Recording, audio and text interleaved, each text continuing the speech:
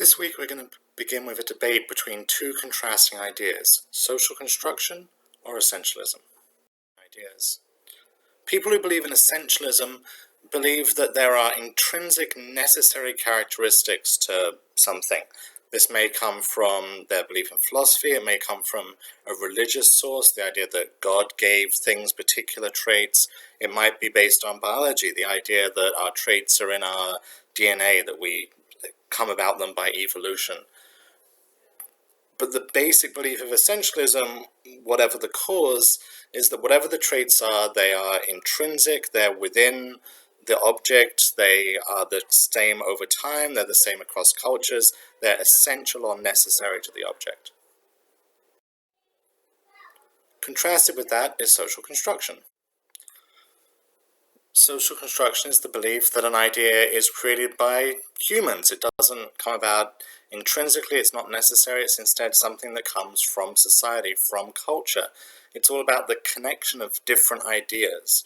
So someone who believes in social construction might say the idea of pink and the idea of girl have been connected by our culture, by our society. And importantly, this is an active and historical process, meaning it's changing, meaning people are making decisions about how to influence it, whether to reinforce it, whether to challenge it. A clear example of something socially constructed is money. If you think about the essential traits of money, it's a small piece of paper with a little bit of green ink on it.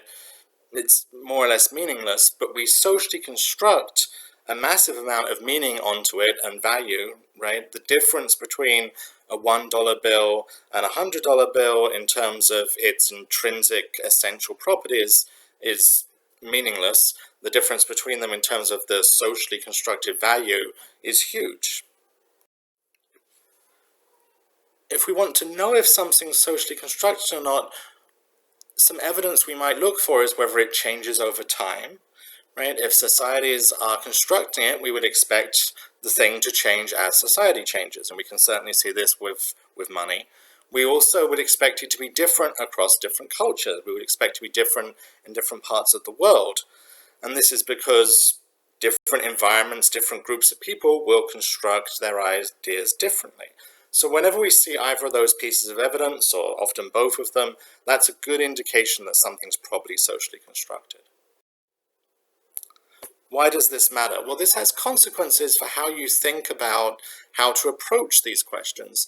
Someone who believes in essentialism, because they believe it will stay the same over time, because they believe it comes from some source other than people, they'll conclude often that it's either impossible to change it or dangerous to change it, that if we try and change these connections because they're necessary, because they come from God, from our biology, from the necessary understanding of something, will upset the nature of the world, will upset the balance of the world, that it can be harmful to try and act differently than something's essential property.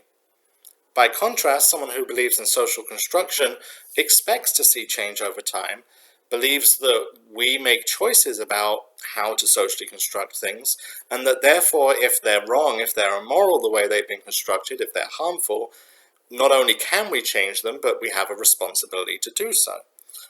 So when you see a property of something, whether you believe in essentialism about that property or social construction will affect whether you think that can or should be changed.